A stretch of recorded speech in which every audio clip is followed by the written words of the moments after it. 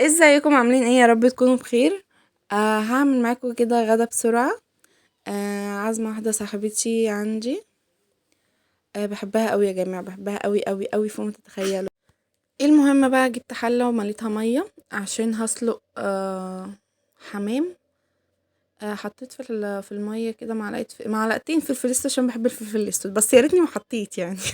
بهدلي الدنيا لما المية غلت، بهدلي البوتاجاز، بقت المية كده تنزل بالفلفل الاسود، كان حوسة يعني. المهم بقى حطيت معلقتين، وحطيت معلقة فلفل اسود وبصلتين،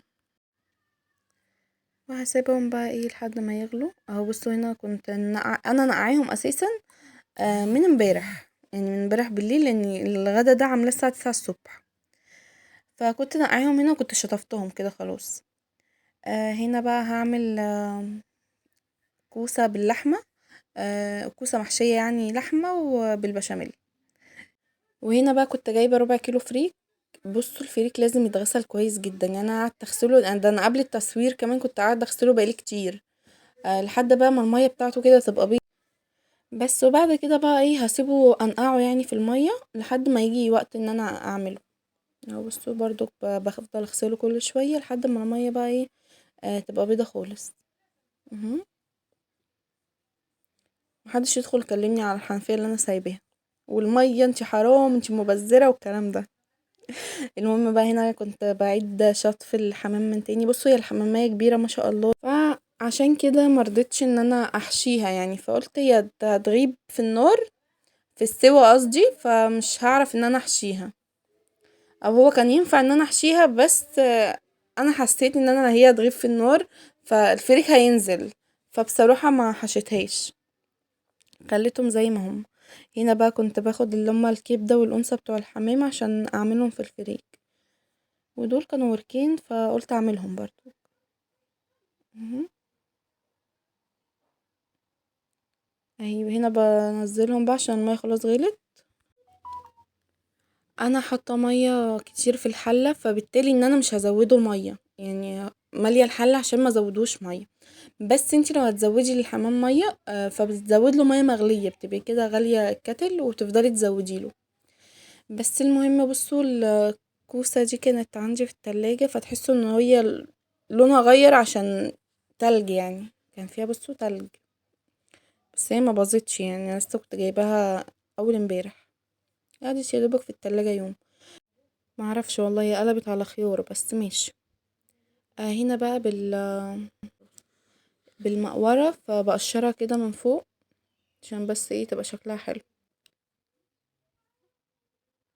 بصوا هي تحسوا ان هي فيها تلج، فاللي هي فيها تلج دي فبتقشر مني، وانا بقشرها كده من فوق. هنا بقى كنت بشطفها كويس عشان ان انا اقطعها. هنا بقى كنت المفروض ان انا بقورها. بصوا انا بحب اللي هو بطن الكوسه دي قوي، بحبها قوي، بحبها كمان بالبشاميل. ولما ماما بتعمل محشي اللي هما بيحطوها في قعر الصينيه من تحت دي بتبقى تحفه، وكمان مفيده يعني. فالمهم بقى هنا ايه قعدت اقور، بس انا ما مرضتش اجيبلكوا وانا بقور كله، عشان ايه لو حاجه اتكسرت حاجه اتعملت. بس ماشي الحمد لله، عدت على خير. بس وبعد كده بشطف اللي انا طلعته من بطن الكوسه ده، وبرجع اشطف الكوسة تاني، وهشطفها بعد كده واحدة واحدة.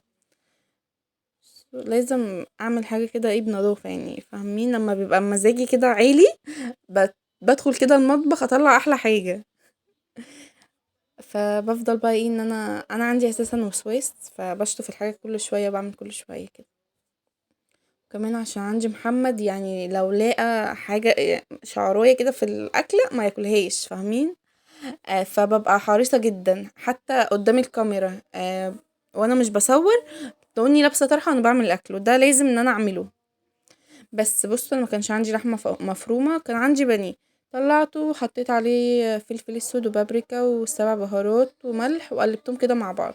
كان المفروض ان انا احط بصل، بس ما كنتش حابه ان انا احط بصل. اهو هنا بقى كنت بقلبهم مع بعض.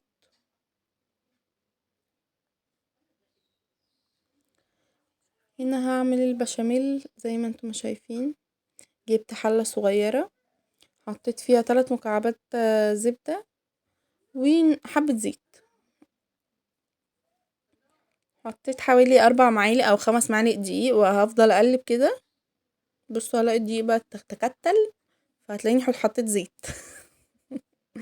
بحب اللي هو يكون مثلا سايب عشان ما يكلكعش، يعني بحب الدقيق مثلا يكون زي ما انتم شايفين كده، عشان لما احط عليه اللبن ما يكلكعش معايا اهو. وانا بنزل اللبن كنت مطلعاه من التلاجة ساقع. هحط عليه مرقة، مكعب مرقة وفلفل اسود ورشة ملح صغيرة عشان انا حاطة مرقة اهو. وبالمضرب اليدوي، يعني لو عندك مضرب يدوي قلبي بيه. ايه يا عم انت ما بتحلاش تيجي غير وانا بصور؟ ده انا كتمت الصوت اكتر من 3 مرات. ما علينا بقى. بصوا انا بس بوطي النار عليه شوية وبسيبه يغلي مع بعضه، فبلاقيه تقل بسرعة يعني. وهنا بقى هبتدي ان انا احشي الكوسة. خدت حوالي مغرفتين بشاميل ودهنتهم في الصينية من تحت، وهفردهم بقى ايه بحيث ان هما يتفردوا في الصينية كلها اهو. بعد كده جبت اللي هو بطن الكوسة دي وحطيت عليها معلقتين من اللحمة اللي انا متبلاها وهخلطهم مع بعض. بعد كده هحط عليهم حبة بشاميل اهو،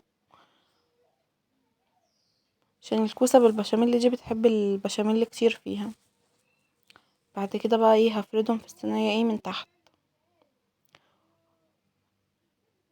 وهبتدي بقى ان انا احشي الكوسة. بصوا انا كده بحشيها يعني بحشي الكوسية كاملة، فانا مش ما استلطفتش شكلها يعني، فهقصها. يعني هقسم الكوسية على 2، هتبقى الشكل لطيف كمان، وبحيث ان هما يقضوا الصينية كلها. انما لو كنت عملتها وهي كبيرة كده والكوسية بحالها ما كانتش هتكفي معايا الصينية. بص انا هحشي حوالي 3، فما كنتش حاسة ان انا اللحمة بتنزل لتحت في الكوسة، يعني بحشي الكوسة كاملة.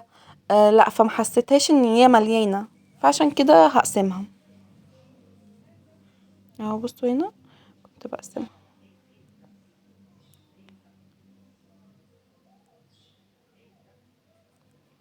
بس بقعد بقى ان انا ازود في اللحمة. هي مش لحمة مفرومة، هي بانيه مفروم، بس يعني كان طعمه جميل جدا برضو، هو اللي كان متوفر عندي. وما كنتش ينفع يعني ان انا انزل الساعة 9 الصبح واسيب الولا. وهنا بقى كنت هعمل الفريك. جبت حلة حطيت فيها مكعبين زبدة وحبة زيت صغيرين، وبعد كده هجيب بصلاية كده صغيرة هشوحها معاهم اهو. هنا كنت ببص على الفريك، على الحمام سوري. بعد ما البصلة دبلت شوية حطيت فيها الكبد والقوانص بتوع الحمام وعطيتهم لون كده بسيط. بعد كده هنزل بقى الفريك اللي انا نقعاه وغسلاه كويس جدا اهو، وهقلبهم كده ايه مع بعض شوية. بعد كده هحط عليه فلفل اسود وملح وحبة كمون بس اهو. بقلبهم بقى اللي هما ايه يتخلطوا كلهم كده مع بعض. بس بعد كده من شوربة الحمام هزقيه يعني بقى يا دوبك الشوربة تغطي الفريك. وعادي بتعمليه بمية عادي، بس انا عشان كنت عاملة بقى شوربة كتير فمحدش هيشربها. فزقيت بيها الفريك وهعمل بيها الرز. هنا بقى كنت خلصت كده الكوسة. بصوا زي ما انتم شايفين شكلها حلو قوي. بعد يا عم اسكت يا عم ابوس ايدك. بعد بقى ما خلصت اتبقى حبة لحمة، فحطيتهم كده على الوش قبل ما احط البشاميل اهو. بعد كده بقى حطيت البشاميل عليهم. عايزه اقول لكم ان هي طلع طعمها تحفه والله العظيم، 3 بجد كانت قمر. بس بعد ما استوت الصينيه كلها كانت ميه كده من تحت. اتاري الكوسه فعلا بتنزل ميه. امي قالت لي بس انا ايه عملت ايه ان انا كبرتها في حق نفسي، قلت لا اكيد مش هتعمل معايا كده. عملت بس كانت حلوه. هنا بقى جبت الوركين وهغطيهم بالبشاميل فوق الكوسه اهو. الوركين دول انا سلقاهم مع الحمام قلت يعني بدل ما اشويهم لوحديهم اشويهم معاهم يعني، وكان طعمهم حلو جدا برضو. كنت غسلت بقى البوتاجاز تاني عشان كانت توسخ. هنا بقى خلصت الفريك خلاص، جبت الصينيه اللي انتوا شايفينها دي، انا عندي الصينيه دي بتاعه البيتزا. فردت فيها الفريك من تحت، وبعد كده حطيت الحمام. بصوا هو الحمام كبير يعني فمش مستاهل ان انا احشيه. بس بعد كده جبت معلقتين صلصة كبار، حطيت على الصلصة حبة زيت وحبة فلفل اسود وحبة ملح، وقلبتهم مع بعض. وهجيب الفرشة وهدهن بقى ايه الحمام من بره بحيث ان هو ياخد لون يعني، اهو هدهنهم بقى كلهم اهو. محمد كان قايل لي كان عايزه شوي بس ما كانش هيتشوي يعني. هو عشان يعني حمام كبير اللي هو الحمام العجوز ده لازم يتسلق كتير جدا عشان يتسوى اساسا. فهو كان عايزه مشوي عشان ان انا اشوله في الفرن، فما كانش ينفع خالص ان انا هشويه. كان هياخد وقت معايا كتير جدا، وانا ما كنتش هعرف اساسا ان انا احطه يتشوى. هنا بقى بعد ما طلعوا بصوا كانوا حلوين جدا. هما باينين في الكاميرا محروقين شوية، بس هما ما كانوش محروقين ولا حاجة، هما كانوا حلوين جدا. بعد كده هعمل بقى الرز بالكاري. جبت برضو زبدة وحبة زيت وبصلاية، حطيتهم كده يتشوحوا مع بعض. الخضار ده انا سلقاه عشان مش هينفع ان انتي تحطيه في الرز وهو ني، لازم تديله سلقة عشان يعني يستوى. بس المهم سلقته وصفيته، وبعد كده ايه حطيته في الحلة بتاعة الرز. حطيت عليها معلقة من الملح وحبة فلفل اسود صغيرين، وحطيت معلقة كاري ايه كركم، معلش انا اسفة. بعد كده برضو هخلي الشوربة تغطيه خالص. والشوربة انا مش محدقاها يعني، انا مش عاملة في الشوربة ملح، حاطة ملح بسيط جدا. عشان انا كنت عايزة ان انا اعمل بيه الرز، فبس كده. هنا بقى كنت بغرف. بصوا الكوسة طالعة تحفة اهو. بصوا في مية كتير جدا تحت في القعر بس مش مشكلة. هنا بقى كنت غرفت. والله انتوا تحسوا الحمام محروق بس هو مش محروق. هو شكله حلو جدا. بس وده كان غدا النهاردة، وبجد صاحبتي نورتني، بحبها جدا جدا جدا يعني. بصي قلت في اول الفيديو بحبك، في اخر الفيديو بحبك. وبس. ولو اول مرة تشوفي القناة يا ريت ما تنسيش الاشتراك وتفعلي زر الجرس عشان يوصلك كل جديد. وده كان فيديو النهاردة، يا رب الفيديو يكون عجبكم. ان شاء الله اشوفكم في فيديو جديد. باي باي.